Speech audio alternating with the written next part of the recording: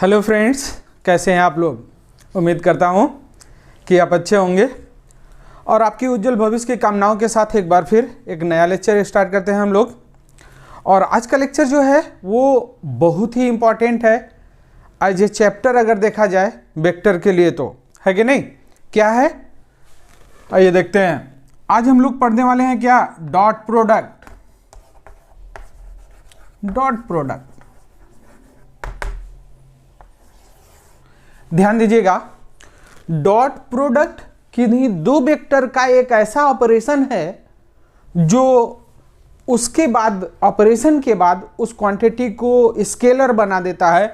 इसीलिए हम इसको एक और नाम से जानते हैं और इसको हम एक नाम और देते हैं, scalar product.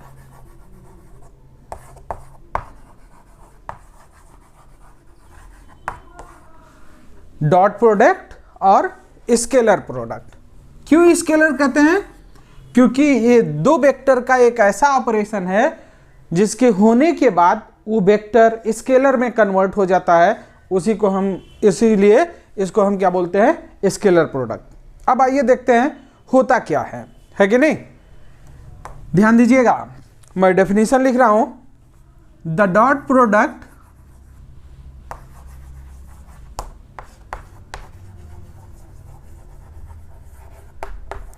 of two vector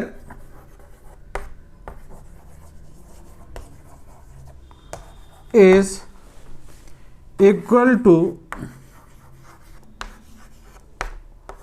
the product of magnitude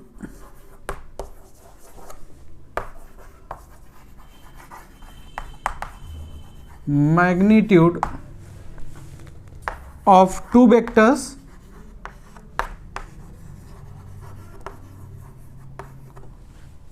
and cosine of the angle between them, cosine of the angle between them। ध्यान दीजिएगा,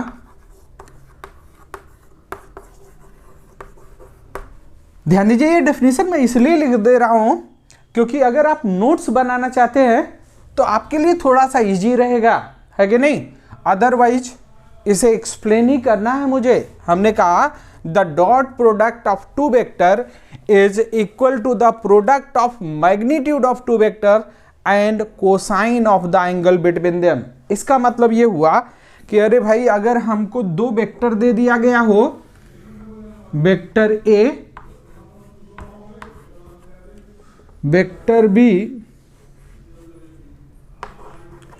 और इनके बीच का एंगल थीटा हमको पता है, तो दो वेक्टर का dot product A dot B जो होगा वो क्या होगा, मैग्नीट्यूड ऑफ वेक्टर ए। और मैंने आपको बताया है कि भाई मैग्नीट्यूड को लिखने का तरीका होता है, या तो एरो है तो मॉड लगा दीजिए, और या तो फिर उसके ऊपर से ये एरो हटा दीजिए, है कि नहीं। तो इस बात को ध्यान रखेंगे। अगर हमने कहा कि इसका मैग्नीट्यूड मतलब ए, इसका मतलब बी, और दोनों के बीच जो एंगल है उसका कॉस थीटा, यही क्या होता है, dot product of two vector, है कि नहीं। तो अगर आपके पास दो वेक्टर दिए गए हैं, उनका मैग्नीट्यूड आपको पता है, उनके बीच का एंगल आपको पता है, तो डॉट प्रोडक्ट मतलब एक का मैग्नीट्यूड, दूसरे का मैग्नीट्यूड और दोनों के बीच के एंगल का कॉस थीटा, इन तीनों को मल्टीप्लाई कर दीजिए, वही क्या होता है, डॉट प्रोडक्ट। लेकिन अगर आप कॉम्पिटिटिव एग्जाम के लिए प्रिपेयर करते हैं तो इतना कहने से काम चलेगा नहीं। आइए देखते हैं, इसको थोड़ा सा और एक्सप्लोर करते हैं। मैं मिटाता हूं, स्पेस होना जरूरी है कि नहीं। चलिए, इसका मतलब यह हुआ कि हमारे पास दो वेक्टर है, एक वेक्टर ए है, एक वेक्टर बी है, इनके बीच का एंगल थीटा है। तो मैंने कहा कि हमारे पास ए डॉट बी क्या होगा भाई, ए बी कॉस थीटा, ये होता है। अब जरा इसी को क्या हम लोग ऐसे लिख सकते हैं, ए इंटू ये बी कॉस थीटा को एक साथ ले लिया जाए, है कि नहीं।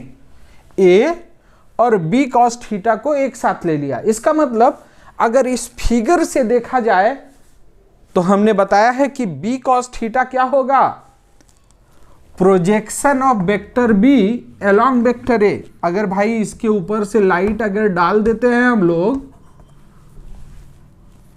तो इसका जो शैडो इस पर बनता है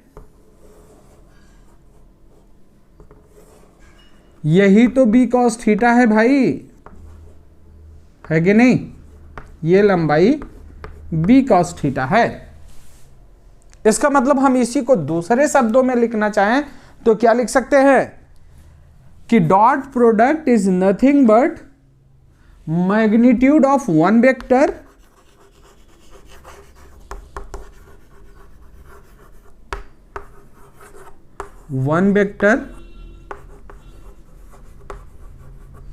into projection of other vector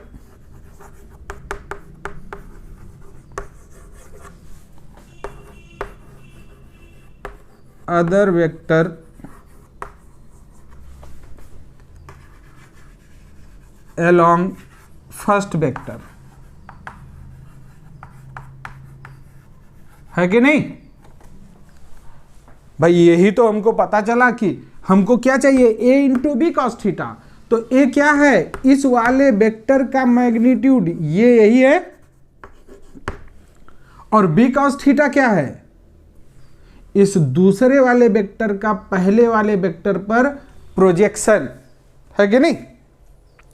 तो a डॉट बी जो है वो कुछ और नहीं है, किसी एक वेक्टर का मैग्नीट्यूड ले लीजिए और दूसरे वेक्टर का प्रोजेक्शन ले लीजिए, कंपोनेंट जिसको बोलते हैं वो ले लीजिए, किसका, जिसका मैग्नीट्यूड आपने ले रखा है उसके अलोंग, और उन दोनों को मल्टीप्लाई कर दीजिए, वही क्या हो जाएगा, डॉट प्रोडक्ट, है कि नहीं।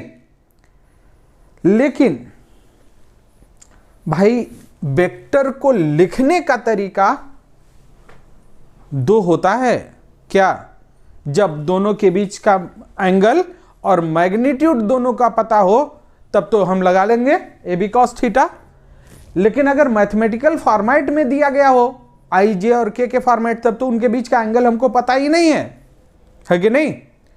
तो उस केस में क्या करेंगे, उसे देखने के लिए एक चीज का जानना जरूरी है। लेकिन ये क्लियर है ना आपको, डॉट प्रोडक्ट का मतलब जो दो वेक्टर जिनका डॉट प्रोडक्ट हम लोग निकालने जा रहे हैं उसका मैग्नीट्यूड आपस में मल्टीप्लाई कर दीजिए और उनके बीच जो एंगल है उसका कॉस थीटा।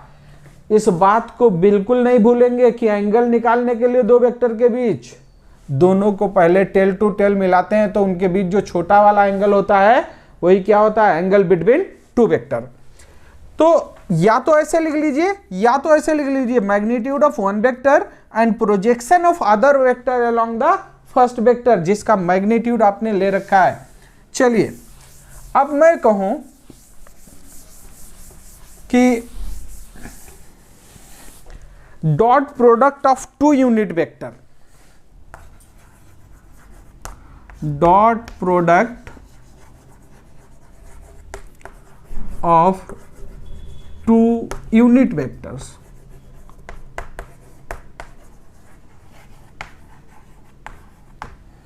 है कि नहीं भाई। यूनिट वेक्टर हम लोग कौन कौन से जानते हैं, जो जनरल हैं, आई कैप, जे कैप और के कैप, है कि नहीं। उन्हीं यूनिट वेक्टर की बात कर रहा हूं मैं। अदरवाइज यूनिट वेक्टर तो हर किसी वेक्टर का कैलकुलेट किया जा सकता है। तो यहां हमारे कहने का मोटो है कि वो वेक्टर जो general along the X axis, along the Y axis या अलोंग द जेड एक्सिस होते हैं। तो अगर हम लोग निकालते हैं आई डॉट आई, है कि नहीं, ये आई कैप डॉट आई कैप, तो हमने कहा होता क्या है भाई, एक वेक्टर का मैग्नीट्यूड, ये यूनिट वेक्टर है, इसका मैग्नीट्यूड कितना होगा 1, ये भी वही यूनिट वेक्टर है, इसका मतलब इसका मैग्नीट्यूड भी कितना होगा 1। और दो वेक्टर एक ही डायरेक्शन में है अलोंग द एक्स एक्सिस, इसका मतलब दोनों के बीच एंगल तो 0 है, इसका मतलब cos 0 और cos 0 की वैल्यू भी 1 होती है, तो ये क्या हो गया 1 इंटू 1 इंटू 1 मीन्स 1। सिमिलरली अगर हम लोग j डॉट j ले लिए होते तो ये भी क्या आता 1, एंड k डॉट k ले लिए होते तो ये भी क्या आता 1। क्यों? क्योंकि इसका भी मैग्नीट्यूड 1, इसका भी मैग्नीट्यूड 1 और दोनों अलोंग द y एक्सिस है, तो दोनों के बीच एंगल 0 और cos 0 भी 1 होता है। इसका मतलब हम लोग ये कह सकते हैं कि the dot product of similar unit vector will be equal to 1, है कि नहीं? अगर दो सिमिलर यूनिट वेक्टर है तो उनके बीच का डॉट प्रोडक्ट 1 होगा। मतलब मैं यहां लिखता हूं i dot i equal to 1, j dot j equal to 1 and k dot k equal to 1। The dot product of similar unit vector will be equal to 1। अब जरा डिसिमिलर का चेक कर लेता हूं मैं, है कि नहीं? डिसिमिलर में हमने कहा एक वेक्टर i है और दूसरा वेक्टर j ले लिया जाए, तो इसका मैग्नीट्यूड 1, इसका भी मैग्नीट्यूड 1, और i और j एक अलोंग द एक्स एक्सिस है, अलोंग द y एक्सिस है, तो दोनों के बीच एंगल 90 डिग्री। इसका मतलब यहां पर तो हमको cos 90 लिखना पड़ेगा, और cos 90 की वैल्यू तो 0 होती है, तो 1 इंटू 1 इंटू 0, 0 किसी से मल्टीप्लाई करोगे आंसर क्या आ गया 0। इसी तरह अगर i डॉट k होता है तो ये भी क्या 0 होगा, और j डॉट k होता है, इसका मतलब ये भी 0 होगा। तो अगर सिमिलर यूनिट वेक्टर है तो उनका डॉट प्रोडक्ट 1 होता है, और डिसिमिलर यूनिट वेक्टर अगर हो जाए इसका मतलब उनका डॉट प्रोडक्ट क्या होता है 0 होता है। तो हमने कहा i dot j equal to j dot k equal to k dot i, और ये यूनिट वेक्टर है, कैप लगा लीजिएगा, इक्वल टू 0। ठीक है, तो जो हमारे यूनिट वेक्टर हैं i, j और k कैप, इनके डॉट प्रोडक्ट निकालते हैं तो सिमिलर यूनिट वेक्टर है तो उसका डॉट प्रोडक्ट क्या होगा 1, और डिसिमिलर यूनिट वेक्टर है तो उनका डॉट प्रोडक्ट हमेशा 0 होगा। इस बात में कोई कंफ्यूजन नहीं होना चाहिए। चलिए अब जो है, अगर मैं बात करूं कि नहीं यूनिट वेक्टर नहीं है, हम लोग निकालना चाहते हैं a डॉट a, तो a का मैग्नीट्यूड a, इसका भी मैग्नीट्यूड a, और ये दोनों वेक्टर इक्वल हैं, यही a है ये भी a है, इसका मतलब मैग्नीट्यूड भी इक्वल है, डायरेक्शन भी सेम है, तो दोनों के बीच का एंगल कितना होगा भाई 0। तो ये तो a स्क्वायर हो गया, है कि नहीं? इसका मतलब कहीं भी अगर a स्क्वायर मिलता है और वो a वेक्टर क्वांटिटी है जिसका मैग्नीट्यूड है a, तो हम उसको a डॉट a भी लिख सकते हैं। फिजिक्स में काम की चीजें हैं ये, है कि नहीं? चलिए, इसका मतलब अब हम लोग डॉट प्रोडक्ट के बारे में थोड़ा सा बात करते हैं। हमने कहा एक तो तरीका क्या है, हमने आपको बताया है कि कोई भी वेक्टर ऑपरेशन है तो जब वेक्टर लिखना हमको दो तरीके से आता है, एक i, j और k के फॉर्मेट में, मतलब mathematical format, rectangular format, Cartesian format, जो भी नाम लिखना चाहते हैं आप, और एक है ज्योमेट्रिकल मेथड जब एरो बना के दे दिया गया हो, है कि नहीं? तो उन दोनों केस में हम अगर उनको लिखना दो तरीके से जानते हैं तो हर वेक्टर ऑपरेशन भी दो तरीके से सीखना होगा। तो ये कब लगाएंगे? जब दोनों का मैग्नीट्यूड और दोनों के बीच का एंगल पता हो। है कि नहीं? अगर मैथमेटिकल फॉर्मेट में दे दिए गए हों तब डॉट प्रोडक्ट क्या होगा, आइए देख लेते हैं।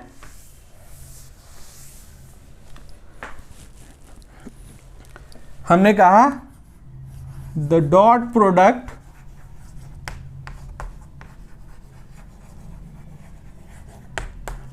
ऑफ टू वेक्टर्स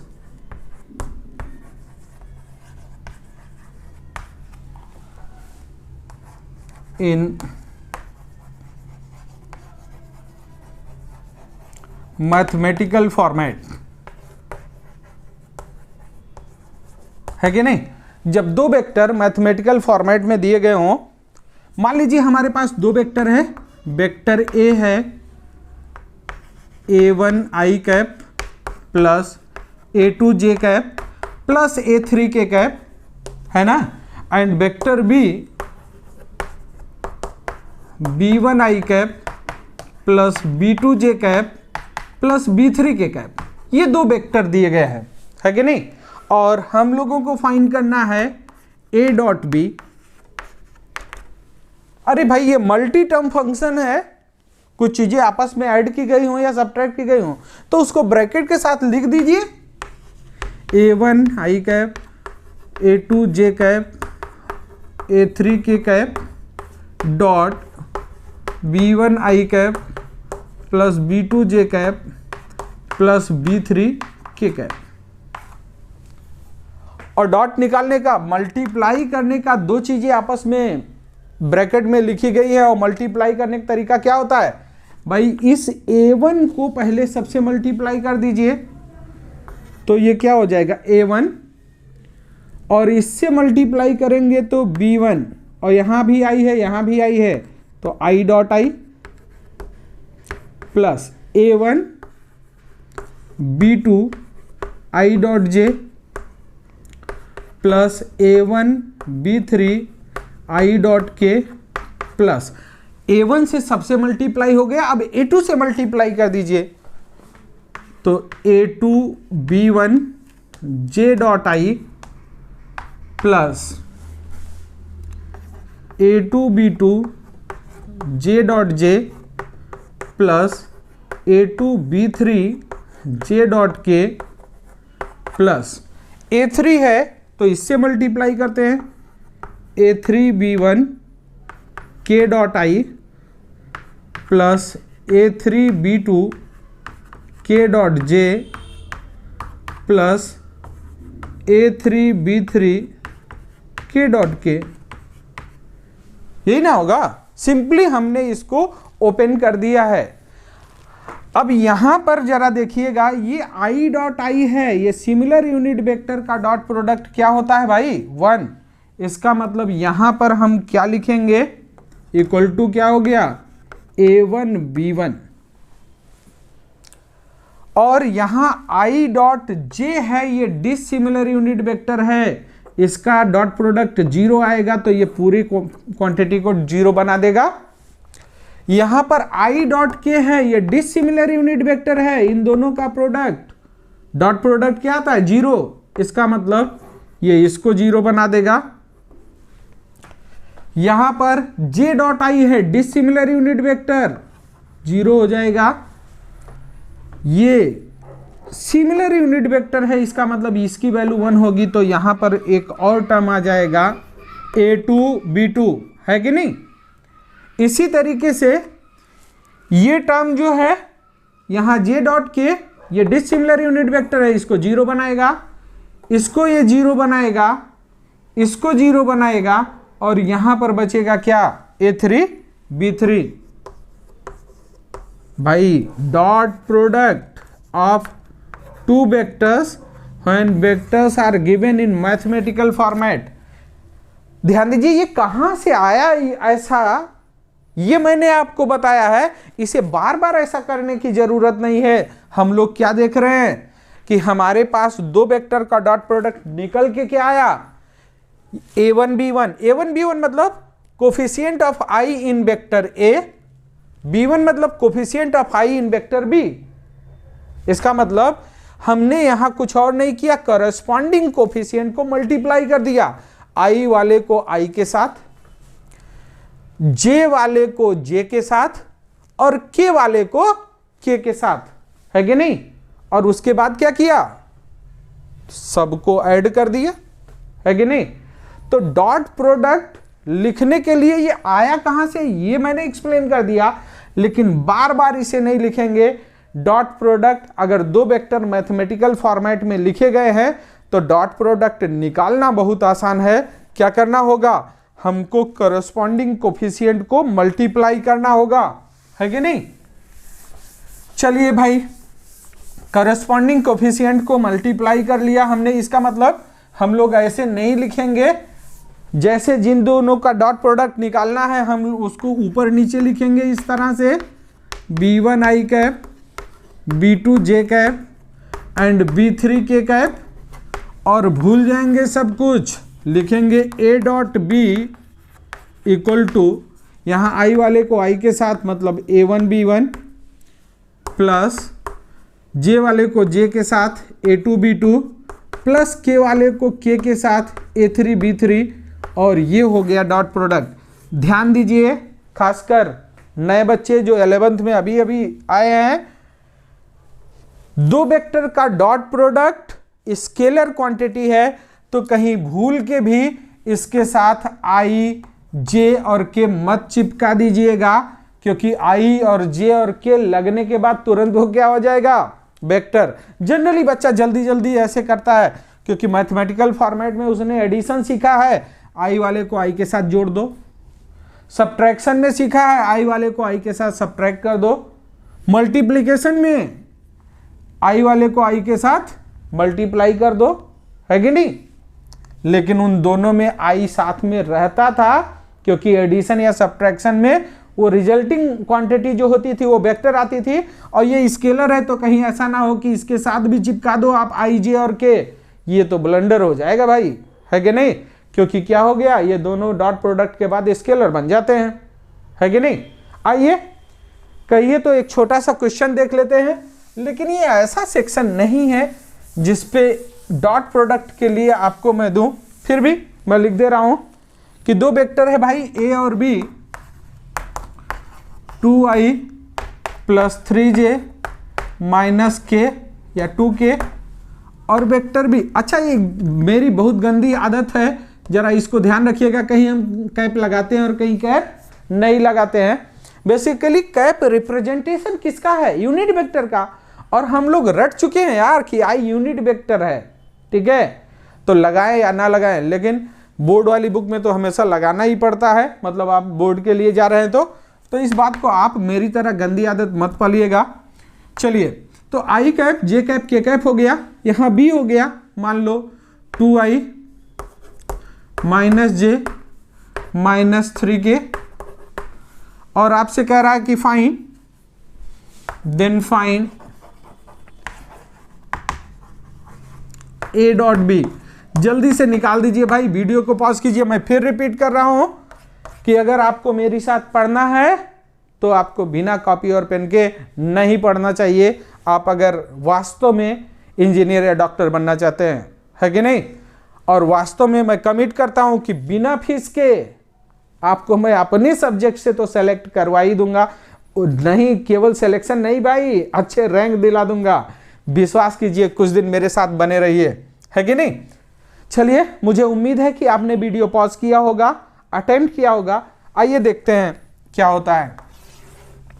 हमने कहा a डॉट बी क्या करना है, करस्पॉन्डिंग कोफिशिएंट को मल्टीप्लाई करना है। यहाँ i का कोफिशिएंट 2 और यहाँ i का कोफिशिएंट 2, तो 2 इंटू 2 प्लस यहाँ j का कोफिशिएंट है 3 और यहाँ j का कोफिशिएंट है -1 प्लस यहाँ k का कोफिशिएंट है -2 और यहाँ पर क्या है -3, तो ये कितना हो जाएगा 4 - 3 प्लस 6, ये हो गया 10 - 3 मीन्स 7, है कि नहीं। तो बहुत आसान होता है डॉट प्रोडक्ट निकालना, इससे आसान तो मैं समझता हूँ एडिशन और सब्ट्रैक्शन भी नहीं होता है कि नहीं। लेकिन हमने कहा बहुत इंपॉर्टेंट है, तो बहुत इंपॉर्टेंट है ना। केवल डॉट प्रोडक्ट नहीं कि आपसे डॉट प्रोडक्ट पूछ लेगा, इसके एप्लीकेशन बहुत मजेदार है। तो अब हम लोग सीखेंगे एप्लीकेशन ऑफ डॉट प्रोडक्ट, है कि नहीं। चलिए आइए सीखते हैं एप्लीकेशन ऑफ डॉट प्रोडक्ट। ध्यान दीजिए,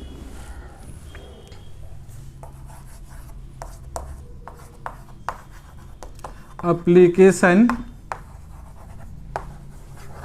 ऑफ डॉट प्रोडक्ट।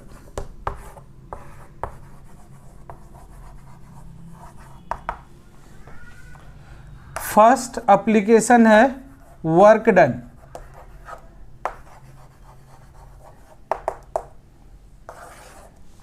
अब मैं चाहूंगा कि एक बार जरा रिकॉल कर लीजिए, हाई स्कूल में आप लोग पढ़ चुके हैं कि वर्क डन होता क्या है, उसका डेफिनीशन क्या है, ये आपको रिकॉल करना चाहिए।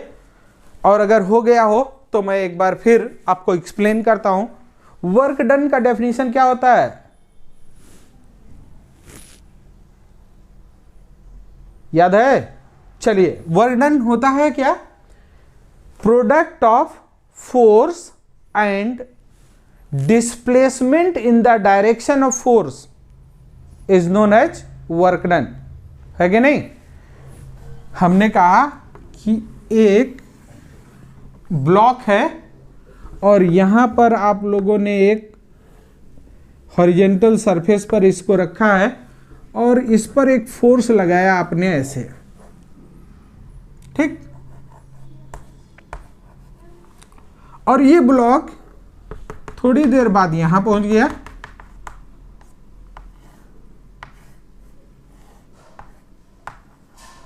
इसका डिस्प्लेसमेंट क्या है, एस। ये फोर्स आपने कहां लगाया था, थीटा एंगल पर, है ना। तो हमने कहा वर्क डन होता क्या है, फोर्स इनटू डिस्प्लेसमेंट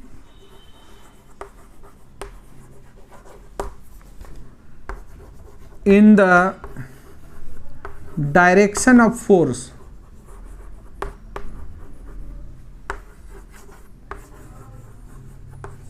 है कि नहीं।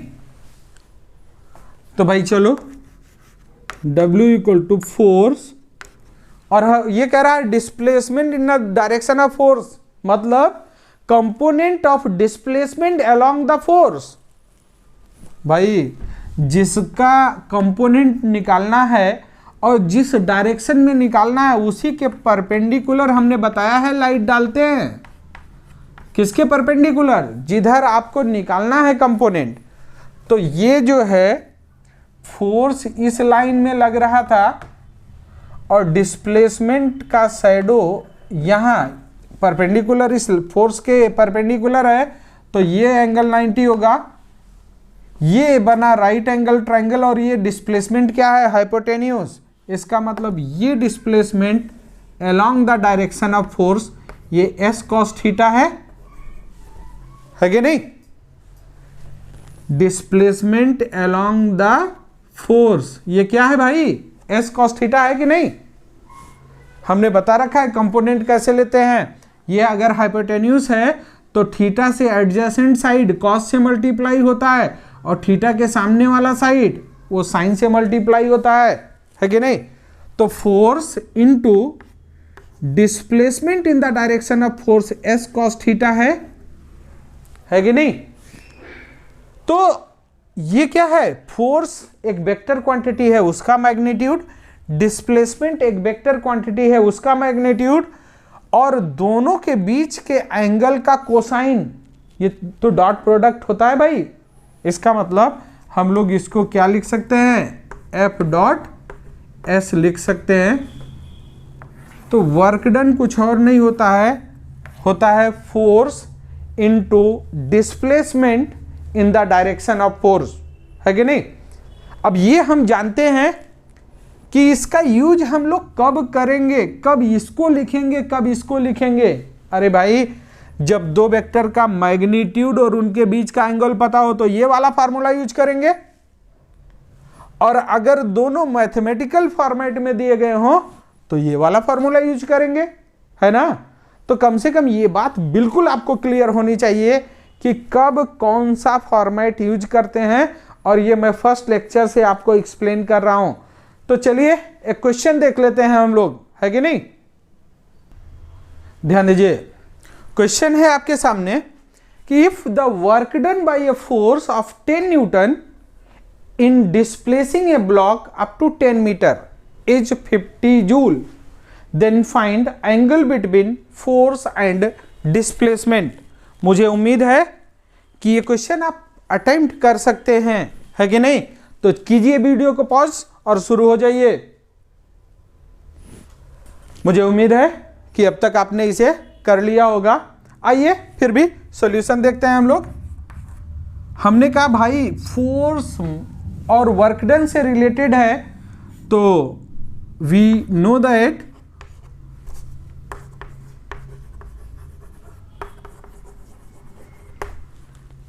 W इक्वल टू क्या होता है, एफ एस कॉस थीटा, या इसी को हम लोग लिखते हैं एफ डॉट एस। तो हमको दिया क्या गया है, यहां अननोन कितने हैं भाई, W, एफ, एस और थीटा।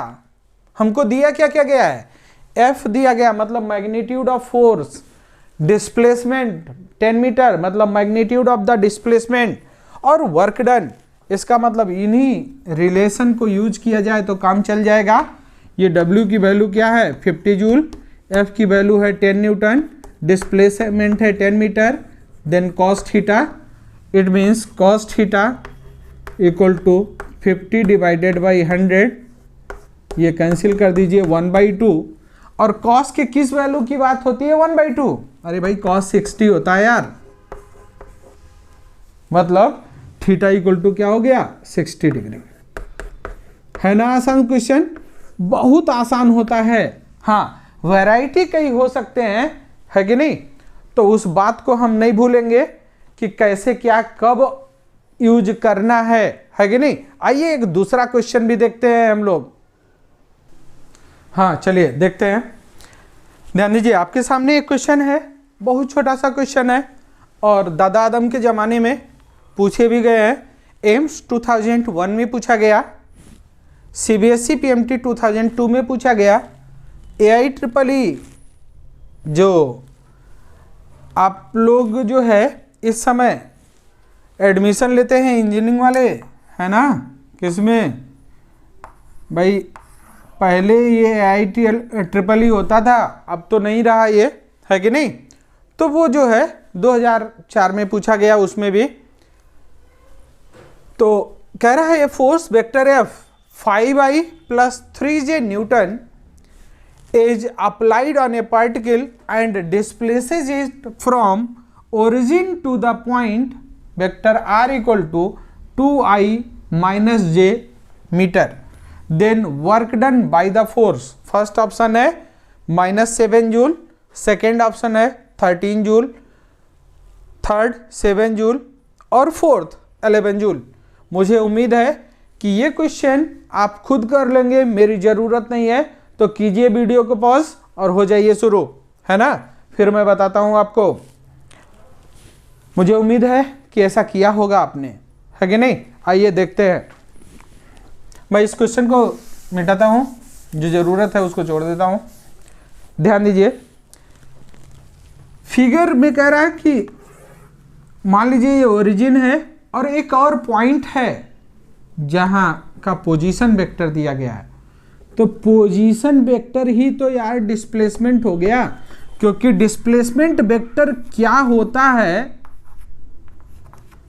मान लीजिए इस पॉइंट को नाम दे देता हूं P, तो डिस्प्लेसमेंट वेक्टर क्या होता है भाई, R final minus R initial. Finally वो पॉइंट P पर है और इनिशियल वेक्टर तो 0 था, तो डिस्प्लेसमेंट वेक्टर यही हो जाएगा 2I - j। कैसे निकाला जाता है डिस्प्लेसमेंट वेक्टर, अगर ये आपको नहीं पता है तो मैं रिक्वेस्ट करूंगा कि आप जाइए और मेरे पिछले वीडियोस को देखिए, है कि नहीं, क्योंकि वेक्टर हमने बताया एज ए चैप्टर नहीं पढ़ना है, वेक्टर हमको पढ़ना है कि पूरी फिजिक्स पढ़ने में प्रॉब्लम ना क्रिएट हो। तो ये यस हो गया। और फोर्स आपको दिया गया है 5I plus 3j। Dot product निकालने का मतलब होता है कि कॉरेस्पॉन्डिंग कोफिशिएंट को मल्टीप्लाई करना 5 इंटू 2 10 प्लस -1 इंटू 3 तो 10 minus 3 equal to 7 joule. Means option third. कितना आसान है भाई, और क्या लेंगे, है कि नहीं। और ऐसा नहीं है कि ये रिपीट नहीं हो सकता, रिपीट हो रहा है क्वेश्चन, बस थोड़े थोड़े मॉडिफिकेशन के साथ सब कुछ देखेंगे हम लोग, है कि नहीं। तो मुझे उम्मीद है कि ये क्वेश्चन, अच्छा यही क्वेश्चन आपसे वो दूसरा तरीके से भी पूछ सकता है, कहेगा कि नहीं भाई ओरिजिन से नहीं, यहाँ कहीं और किसी पॉइंट से डिस्प्लेस करना है। तो आपको डिस्प्लेसमेंट वेक्टर अगर निकालना आता है, पिछला लेक्चर आपने देखा है, तो कोई प्रॉब्लम नहीं होगी। आइए देखते हैं एक और क्वेश्चन। हाँ देखिएगा, हमने कहा कि क्वेश्चन है a particle move from position A का कोऑर्डिनेट दिया गया है 1,0,2 metre to position B 3,4,3 metre under influence of a force vector F equal to I cap minus J cap plus 3k cap newton, then calculate work done by force, है कि नहीं। तो कीजिए video को pause और हो जाइए शुरू। चलिए भाई मैं सॉल्व करता हूं। हमने कहा हम लोग ये जानते हैं कि वर्क डन होता है फोर्स इनटू डिस्प्लेसमेंट। इस बात को ध्यान रखेंगे कि अभी तक हम लोग जो वर्क डन कैलकुलेट कर रहे हैं वो है work done by due to constant force.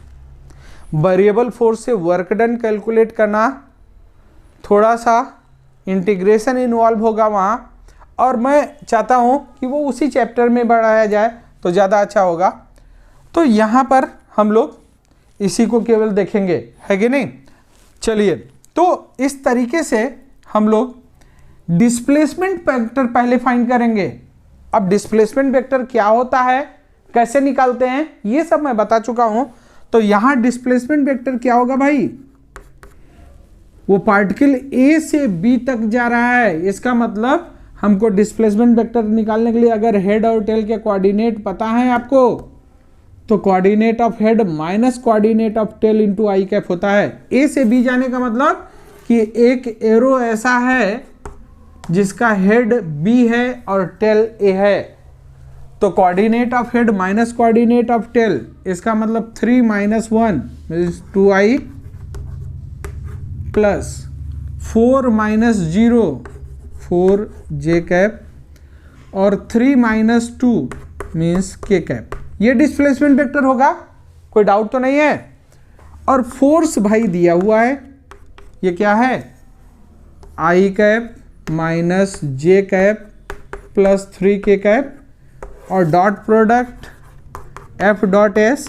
अच्छा ध्यान रखिएगा, ये डॉट प्रोडक्ट में सीक्वेंस इंटरचेंज करने का कोई इफेक्ट नहीं होता है कि नहीं। इसका मतलब ये क्या हो जाएगा, आई वाले को आई के साथ, यहाँ आई का कोफिशिएंट 2 और यहाँ आई का कोफिशिएंट 1, तो ये 2 हो गया, प्लस यहाँ j का कोफिशिएंट है 4 और i का कोफिशिएंट है -1 प्लस 1 इंटू 3, तो ये कितना हो जाएगा भाई, 2 - 4 प्लस 3, तो ये आ गया 1 जूल, है कि नहीं। तो इस तरह बहुत आसानी से आप वर्क डन कैलकुलेट कर सकते हैं, उसमें कोई डाउट नहीं होना चाहिए। तो work done by constant force हम लोगों ने देखा है, work done by variable force अभी देखने की जरूरत नहीं, हम लोग उसी चैप्टर में देखेंगे। नेक्स्ट है application angle between to vector, है कि नहीं।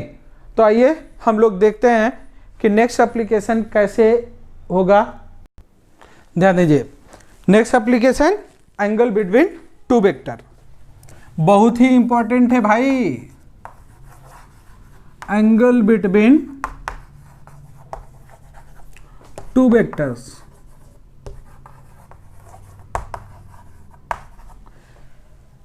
और आपको याद होगा कि इससे पहले भी एंगल दो वेक्टर के बीच हम लोग डिस्कस कर चुके हैं, लेकिन यहां और वहां एक छोटा सा डिफरेंस है।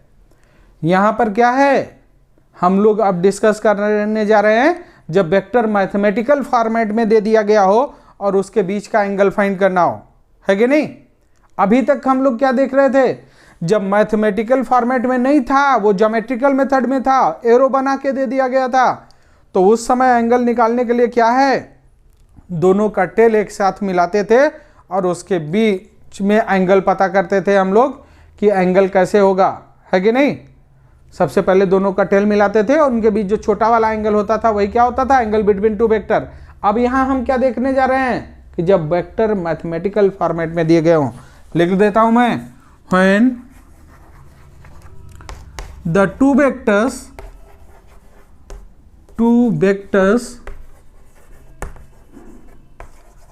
are given in mathematical format। Mathematical format मतलब आई, जे और के फॉर्मेट में है ना। देन मान लीजिए वेक्टर ए है ना। देन के बजाय मैं लिखता हूं लेट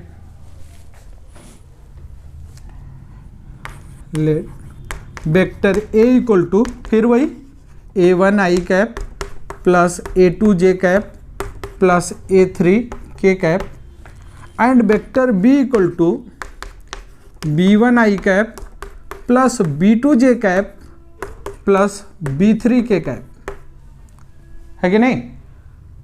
देन भाई a डॉट b क्या होगा, ये होगा a1 b1 plus a2 b2 plus a3 b3। ये तो जानते हैं हम लोग। अब मैं कहूं कि मान लेते हैं कि उन दोनों के बीच एंगल थीटा है कि नहीं। मैं ऊपर से स्पेस क्रिएट करता हूं। हमने कहा इफ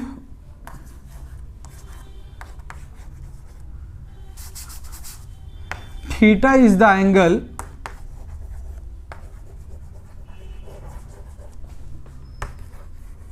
बिटवीन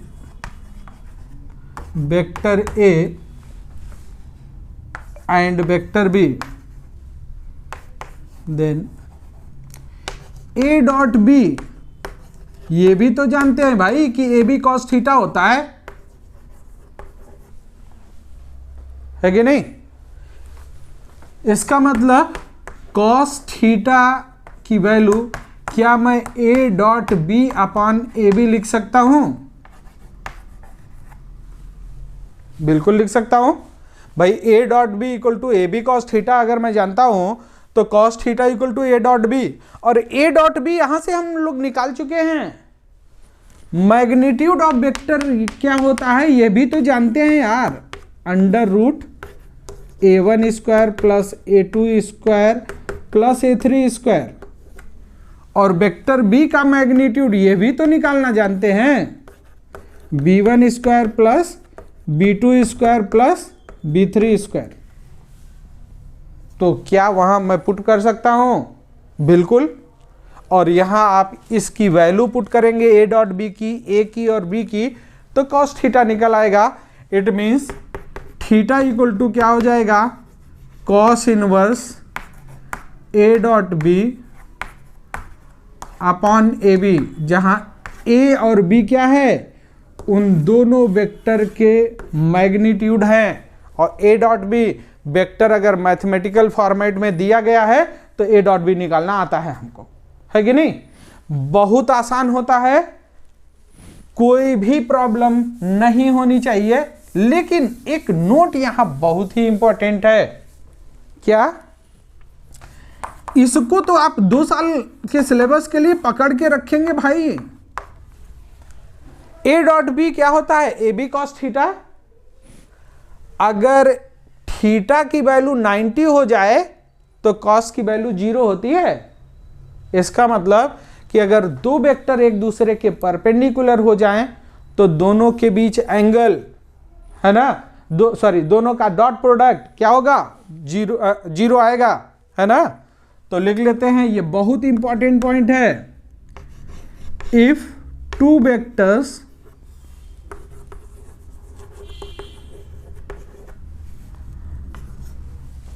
मैं इसको मिटा दे रहा हूं।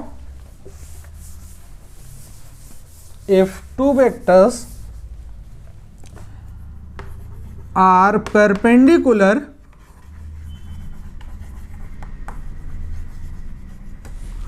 to each other,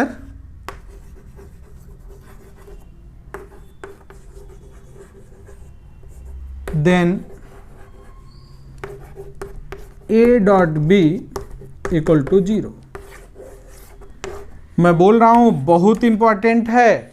मतलब जिस तरीके से मैंने आपको एक और बात बताई है कि बहुत इंपॉर्टेंट है, और वो पूरी फिजिक्स के लिए, क्या कि पूरी फिजिक्स में कहीं भी आपको change in vector quantity find करना है तो वेक्टर को पहले मैथमेटिकल फॉर्मेट में लिखेंगे और फाइनल वेक्टर से इनिशियल वेक्टर को सब्ट्रैक्ट कर लेंगे, आपको आंसर मिल जाएगा। ये मैं 2 साल की बात बता रहा हूँ, 11th और 12th पूरे सिलेबस का। बिल्कुल उसी तरह क्वेश्चन कहीं का भी हो, अगर उसने ये मेंशन किया है कि 2 वेक्टर एक दूसरे के परपेंडिकुलर हैं, इसका सीधा सा मतलब है कि उन दोनों का डॉट प्रोडक्ट इक्वल टू 0 कर दीजिए, जो भी होगा आंसर आपसे आ जाएगा। ठीक है, तो 2 चीजें, अगर एंगल निकालना है तो क्या करेंगे आप, दोनों वेक्टर का डॉट प्रोडक्ट निकालेंगे, दोनों का मैग्नीट्यूड निकालेंगे। Cos theta equal to A dot B होता है, ये जानते हैं आप, वहां से आप जो है वैल्यू पुट कर देंगे और आंसर आ जाएगा, है कि नहीं। चलिए देखते हैं एक क्वेश्चन, है कि नहीं, क्योंकि बिना क्वेश्चन के फिजिक्स में आप थ्योरी से कुछ नहीं कर सकते। आपके लिए तो न्यूमेरिकल ही प्रॉब्लम है, और खासकर नीट के बच्चों के लिए, है कि नहीं। तो चलिए देखते हैं कि क्या होता है।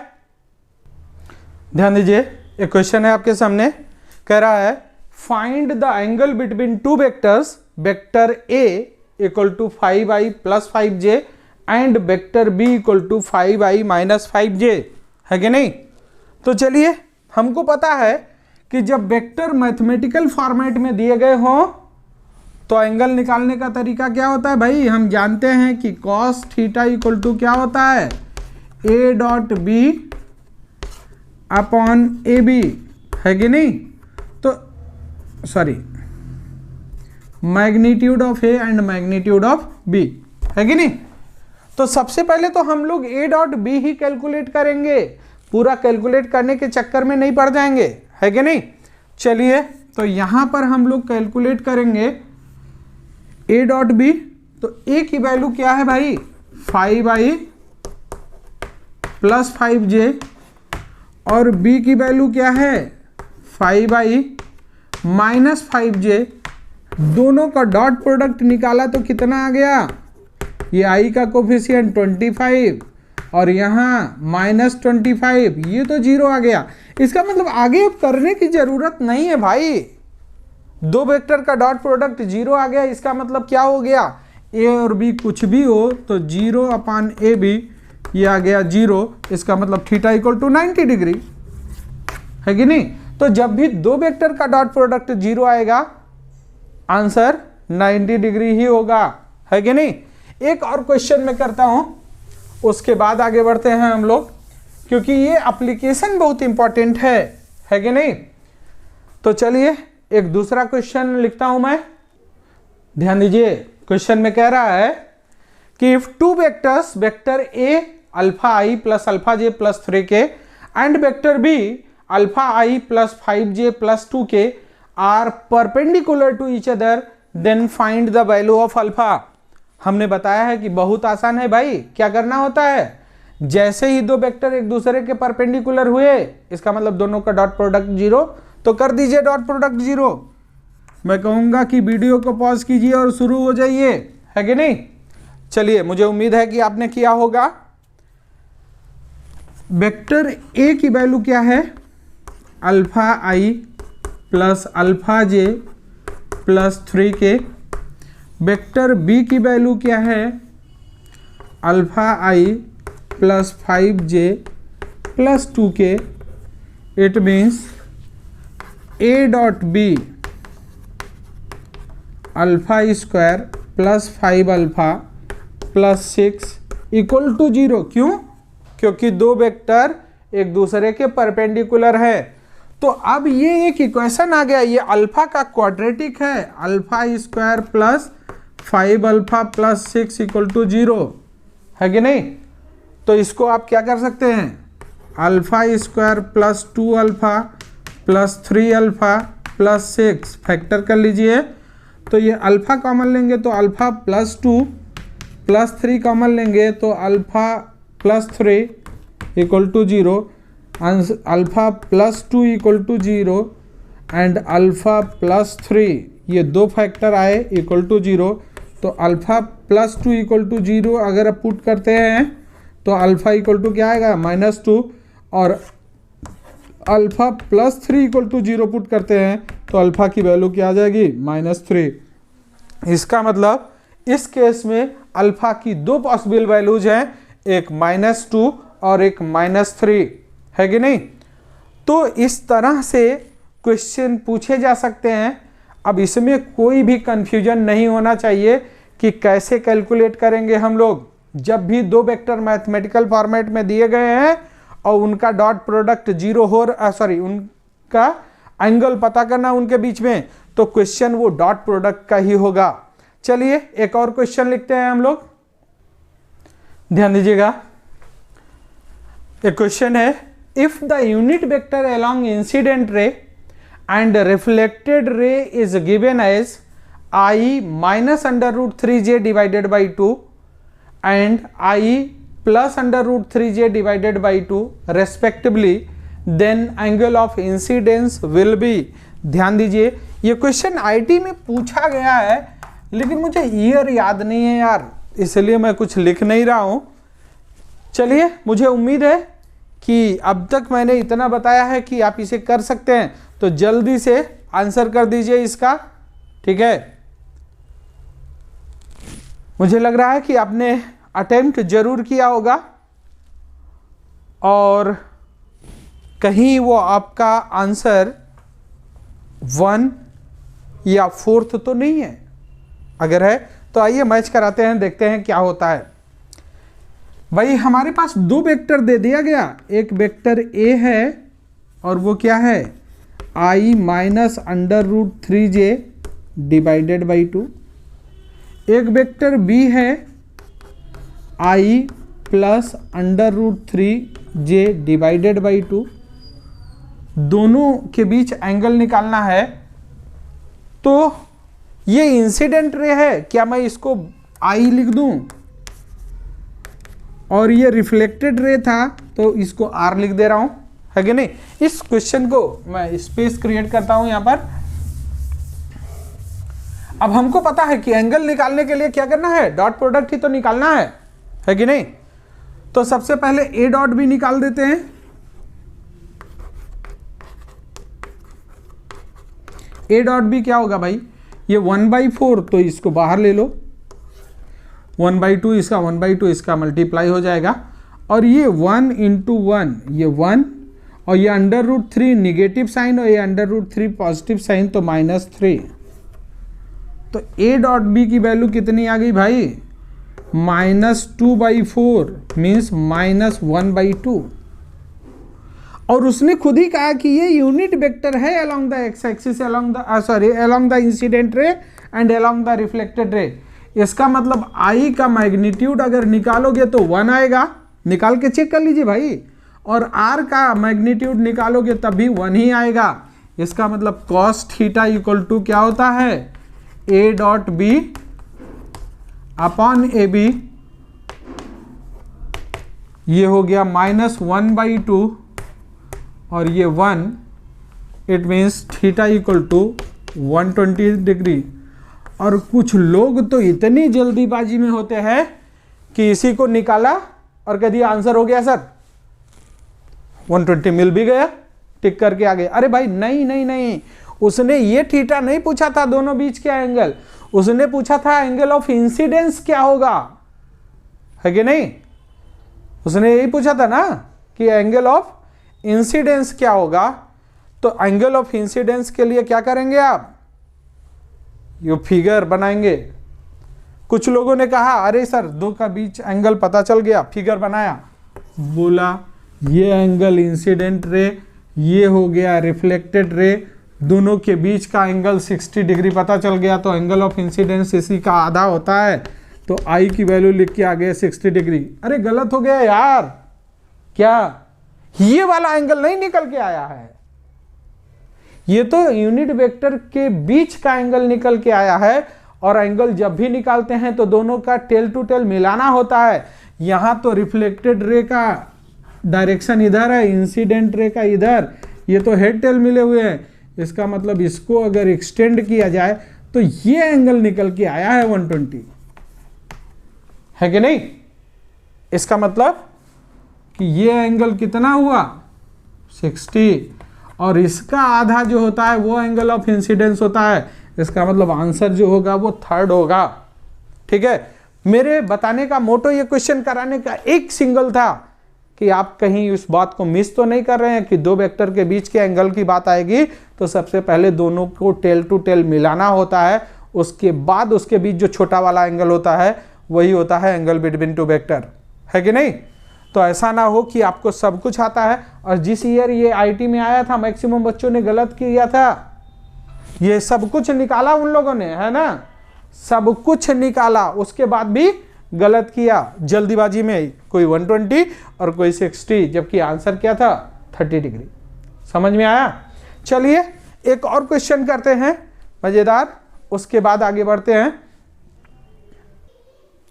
ध्यान दीजिए, क्वेश्चन है if there are two vectors, vector A equal to 6i plus 6j minus 3k and vector B equal to 7i plus 4j plus 4k, then angle between vector A and vector b will be. Option दिया हुआ है, first option theta equal to cos inverse 1/√3, second option cos inverse 5/√3, third sine inverse √5/3 and fourth option none of this. मुझे उम्मीद है कि ये question आप attempt करेंगे। वीडियो पॉज कीजिए और शुरू हो जाइए, फिर मैं बताता हूं। चलिए दिखाता हूं मैं कि आंसर क्या आया। चलिए मैं कहूंगा कि कहीं वो आपका आंसर 4 तो नहीं है कि नहीं। अगर ऐसा है तो ये सही नहीं है भाई। चलिए दिखाता हूं मैं। हमने कहा कि दो वेक्टर के बीच का एंगल पता करना है, वेक्टर मैथमेटिकल फॉर्मेट में दिया गया है। इसका मतलब क्या करेंगे, हम दोनों को डॉट प्रोडक्ट निकालेंगे, पहला स्टेप तो यही है।